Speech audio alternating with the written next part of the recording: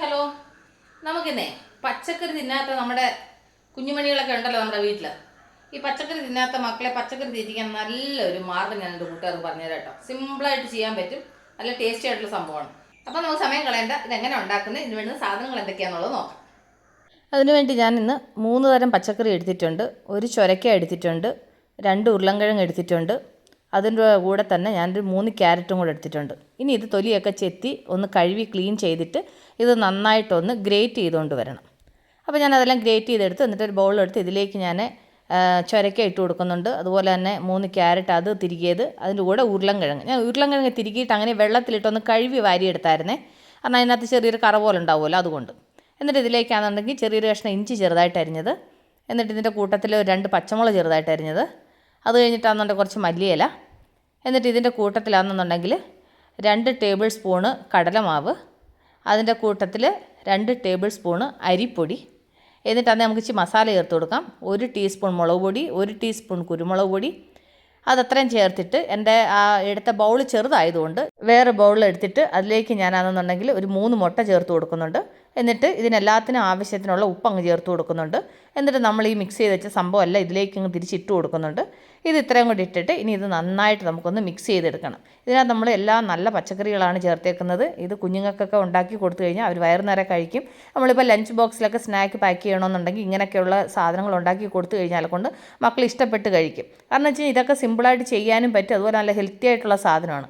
അതല്ല, അപ്പോൾ നന്നായിട്ട് മിക്സ് ചെയ്തെടുത്ത് എൻ്റെ കൂട്ടുകാർക്ക് വേണമെങ്കിൽ കയ്യിൽ നന്നായിട്ട് മിക്സ് ചെയ്തെടുക്കാം. അപ്പോൾ ഞാൻ ഇന്നിപ്പോൾ സ്പൂണിൽ നന്നായിട്ട് ഇതുപോലെ മിക്സാക്കി എടുത്തിട്ടുണ്ട്. ഇനി ഇത് ഇച്ചിരി നേരം കഴിയുമ്പോഴത്തേനും ആ പച്ചക്കറിയുടെ വെള്ളമൊക്കെ കുറച്ച് ഇറങ്ങും കേട്ടോ. ഉണ്ടല്ലോ, ഒരല്പം വെള്ളം ഇറങ്ങി തുടങ്ങിയിട്ടുണ്ട്. നമുക്കിതൊന്നുകൂടെ ഒന്ന് മിക്സ് ചെയ്യാം. 2-3 മിനിറ്റ് അങ്ങനെ ഒന്ന് വെച്ച് കഴിയുമ്പോൾ ഇച്ചിരി ഒരു വെള്ളത്തിൻ്റെ ഒരു അംശം ഉണ്ടാവും. ഓക്കെ, ഇനി നമുക്കിതൊന്ന് പൊരിച്ചെടുക്കണം.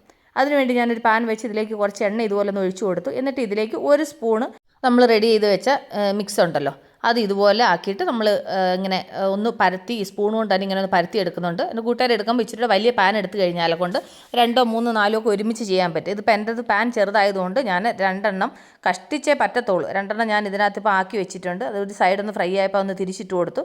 അപ്പോൾ പാൻ ചെറുതായതുകൊണ്ട് അതിനെ ഒന്ന് തിരിച്ചപ്പോൾ ഇതിൻ്റെ മുകളിലോട്ടൊക്കെ വീണ് കേട്ടോ. അപ്പോൾ അതുകൊണ്ട് എൻ്റെ കൂട്ടുകാർ എടുക്കുമ്പോൾ ഇച്ചിരി വലിയ പാനൊക്കെ എടുത്തോളൂ. അപ്പോൾ ഞാനെടുത്ത പാൻ ഇച്ചിരി ചെറുതായിപ്പോയി. അപ്പോൾ ഞാൻ 2 അതുപോലെ ഇങ്ങനെ തിരിച്ചിട്ട് കൊടുത്തു. അപ്പോൾ നമുക്കൊരു 2 മിനിറ്റ് ആ സൈഡും കൂടെ നന്നായിട്ടൊന്ന് ഫ്രൈ ആവട്ടെ. അപ്പോൾ 2 സൈഡും ഒന്ന് ഫ്രൈ ആയി കഴിയുമ്പോഴത്തേനും തിരിച്ച് മറിച്ച് വിട്ടിട്ട് ഒന്ന് ഫ്രൈ ആക്കി എടുക്കാം. പിന്നെ നമ്മൾ ചേർത്തേക്കുന്ന പച്ചക്കറി ചെറുതായിട്ടൊന്ന് മീഡിയമായിട്ട് വെന്താൽ മതി, ഒരുപാടങ്ങ് വേവേണ്ട ആവശ്യമൊന്നുമില്ല. അപ്പോൾ നമ്മളിത് ഇങ്ങനെ ഒന്ന് ഫ്രൈ ആക്കുമ്പോഴത്തേനും നന്നായിട്ട് വെന്തോളും കേട്ടോ. അപ്പോൾ ഞാൻ അന്നുണ്ടെങ്കിൽ ഇത് 2 സൈഡ് ഇതുപോലെ ഒരു കുറച്ച് നേരം ഒന്ന് തിരിച്ച് മറിച്ച് വിട്ട് 2 നന്നായിട്ടൊന്ന് ഫ്രൈ ആക്കി എടുത്തിട്ടുണ്ട്.